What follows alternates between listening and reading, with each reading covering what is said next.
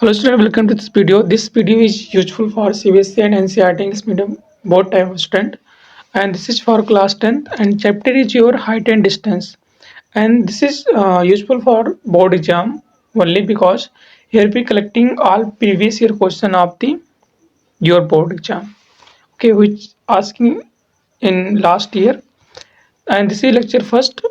So let's we start. What is the question of this video? This is your first lecture, that's why I am collecting some 2 number question, then be getting for a 6 number question. Okay student, तो ये आपका पहला question जो कि आपके 2 marks में पूछे गए हैं, और आपका यहाँ पे बताना है क्या इसकी वैल्यू आएगी।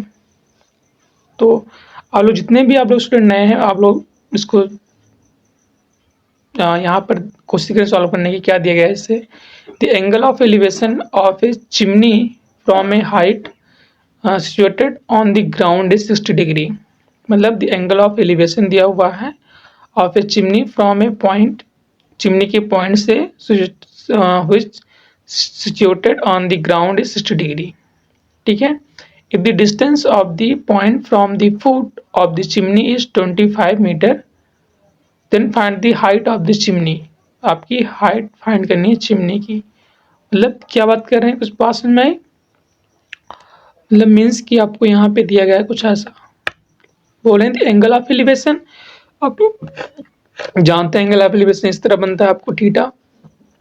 तो पहली बात तो क्लियर हो गई हमें फिगर कैसे बनना है।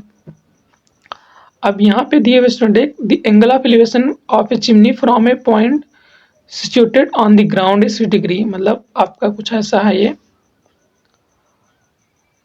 अगर हम लोग यहाँ से एक लाइन ले लें, मान लीजिए एक आपकी चिमनी कोई हो गई, ठीक है, एक कोई पॉइंट है प्लेन पर जिसका जो है इसके टॉप से कितनी डिग्री बना रही है, ये 60 डिग्री बना रहा है। ओके, ये कितना स्टूडेंट है आपका 60 डिग्री है। इस चिमनी को ये हो गई जिसके टॉप, ये कोई आपका ग्राउंड हो गया, यहाँ तक नहीं रह गई है, ये फिलहाल आपका हट जाएगा। ठीक है, तो इसका पॉइंट कोई मान लो आप लोग ए, ये बी हो गया आपका, ये पॉइंट हो गया आपका सी। तो हमसे क्या कह रहे हैं कि जो है ग्राउंड से 60 डिग्री बना रहा है, तो the distance of the point from the foot of the chimney is 25 metre. मतलब 20 लेके सी तक कितनी आपकी डिस्टेंस दी गई है, 25 मीटर दिया गया है। तो आपकी ए वी की लेंथ कितनी होगी, find the length height of the chimney. मतलब ए वी की आपकी लेंथ निकालनी है। ओके, ये भी फाइंड करना है, बहुत सिंपल है। फिगर से हमने बनाया, तुरंत क्लियर हो गया। आप क्या लगाओगे यहाँ पे 10 लगाओगे। हाँ, तो इन ट्रिंगल स्टूडेंट हम लोग किस में लेंगे, ए बी सी में, ट्रिंगल ए बी सी में 1060 कितना हो जाएगा आपका, क्या होता है, परपेंडिकुलर अपान बेस होता है, दैट मीन्स ए बी अपान आपका हो जाएगा बी सी। तो 1060 कितना होता है आपका √3। ठीक है, 1060 हो गया आपका √3, और यहाँ पे बी सी दिया ही गया है, कितना दिया गया आपको, बी सी दी गई 25 मीटर। तो यहाँ से क्रॉस मल्टीप्लाई करो तो आपको ए बी बराबर क्या मिल जाएगा, 25 √3 मीटर। ओके, तो this is the length of the student chimney. Simple है, आपको 24 में पूछा भी गया था। तो प्रीवियस ईयर क्वेश्चन समझ सकते हैं आप लोग, एंगल ऑफ एलिवेशन इस तरह से निकल गया आपका। ओके, सेम पैटर्न पे आपका अगला क्वेश्चन है, 22 और 23 में रिपीटेड क्वेश्चन है आपका। तो एनसीईआरटी में ही पूछे गए हैं ये सारे क्वेश्चन। तो हमको बताना है इसकी वैल्यू क्या होगी। ओके, यहाँ पे समझना, जैसे दिया गया है a bird is sitting on 80 metre height tree. Okay, मतलब कोई आपका 80 मीटर का जो हाइट ट्री है, इसमें जो है बर्ड बैठी हुई है। Then the angle of elevation of the bird is 45 degree. तो जब यहाँ से जो बन रहा है स्टूडेंट आपका एंगल ऑफ एलिवेशन, ये कितना है, 45 डिग्री है। From a point on the ground, ground पे कोई पॉइंट है, मान लीजिए पॉइंट आपने ले लिया ए मान लिया, ठीक है। देन आगे कह रहे हैं the bird is flying horizontally. तो जो बर्ड है वो ऊपर की तरफ उड़ रही है ऐसे, हॉरिजॉन्टली मतलब, सॉरी, हॉरिजॉन्टली मतलब स्टूडेंट इस तरह से उड़ रही है, हॉरिजॉन्टली मतलब इस तरह से आपकी ये बर्ड जो है उड़ रही है। ठीक है। तो horizontally the bird is flying horizontally such that it's height from the ground remains the same, such that मतलब वो कंटिन्यूसली जो है इस तरह से बर्ड उड़ रही है, इसकी हाइट जो हर जगह पर सेम है। Its height from the ground remains the same. After 2 seconds, the angle of elevation of the bird from the same point is 30 degree. मान लीजिए कि आफ्टर 2 सेकंड यहाँ पहुंचे, तो यहाँ से जो स्टूडेंट ये बन रहा है इस पॉइंट से एंगल ऑफ एलिवेशन ये आपका 30 डिग्री है। Okay, then find the speed of the flying bird. तो आपको speed of flying bird find करनी है। ये मान लीजिए हमने यहाँ इसको मिला दिया, ये आपको स्पीड निकालना है बर्ड की। ठीक है, कुछ क्लियर हुआ? ये कोई आपका ट्री था, ट्री की मान लो आपने पॉइंट यहाँ ए ले लिया, इसको बी ले लिया, इसको सी कर दो, ये डी हो गया आपका, ये ई हो गया। वेयर यहाँ पे क्या लिखोगे, where student, where A B जो है, A B is a tree, A B क्या है आपका एक ट्री है।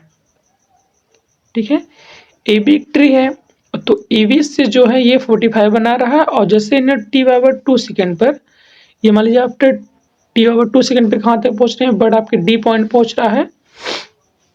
तो हमें स्पीड बताने, इसकी स्पीड कैसे निकालेंगे? तो सबसे पहले ये भी हम लोग मान लेते हैं कि जो यहाँ से यहाँ तक की डिस्टेंस है 20 से लेकर ई तक, वो x मीटर कवर की इन 2 सेकेंड में। तो ए बी की लेंथ तो दी गई है 80 मीटर है यहाँ पर, तो स्टूडेंट डी कितना हो जाएगा, अगेन 80 मीटर ही रहेगा। क्यों? क्योंकि हाइट आपकी सेम चल रही है। ओके, तो हमें स्पीड कैसे निकलता है आप लोग जानते हो, वी नो दैट। हम लोग क्या जानते हैं यहाँ पर, स्पीड बराबर क्या होता है, स्पीड ऑफ डिस्टेंस अपॉन आपका होता है टाइम। डिस्टेंस अपॉन होता है आपका टाइम। तो टाइम तो आपको मालूम है 2 सेकेंड, बट ये डिस्टेंस कितनी कवर की ये आपको निकालना है। ओके, डिस्टेंस इसने कितना कवर किया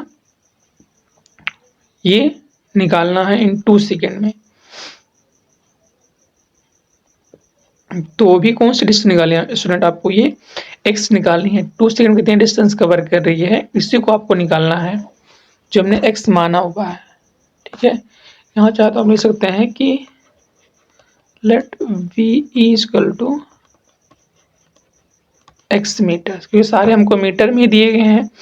तो अब देखो आप लोग अगर अप्लाई करते हैं यहाँ पे हम लोग इन ट्रेंगल, कौन से in triangle A B C में, ऐसा क्यों कर रहे हैं कि यहाँ से करने से हमको ये डिस्टेंस मिल जाएगी, कौन सी, बी सी मिल जाएगी। ठीक है, तो सुनिए हो जाएगा 1045 बना रहा है ना, 1045 डिग्री। तो क्या होगा, परपेंडिकुलर अपॉन बेस, मतलब ए बी अपॉन आपका हो जाएगा बी सी। 1045 कितना होता है आपका 1 होता है, और ए बी तो आपको 80 दिया गया है अपॉन बी सी। तो यहाँ से कितना मिलेगा, B C equal to,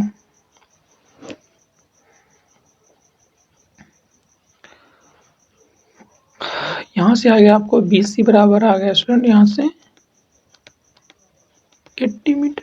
okay, अब चूंकि आपको एक्स चाहिए, मतलब हमें स्पीड निकालनी है, तो 2 सेकेंड में चलेगी डिस्टेंस हमें कवर करनी है। तो देखो एंड हम लोग यहाँ पे ले लें, एंड किसी अलग कलर से उठाते हैं,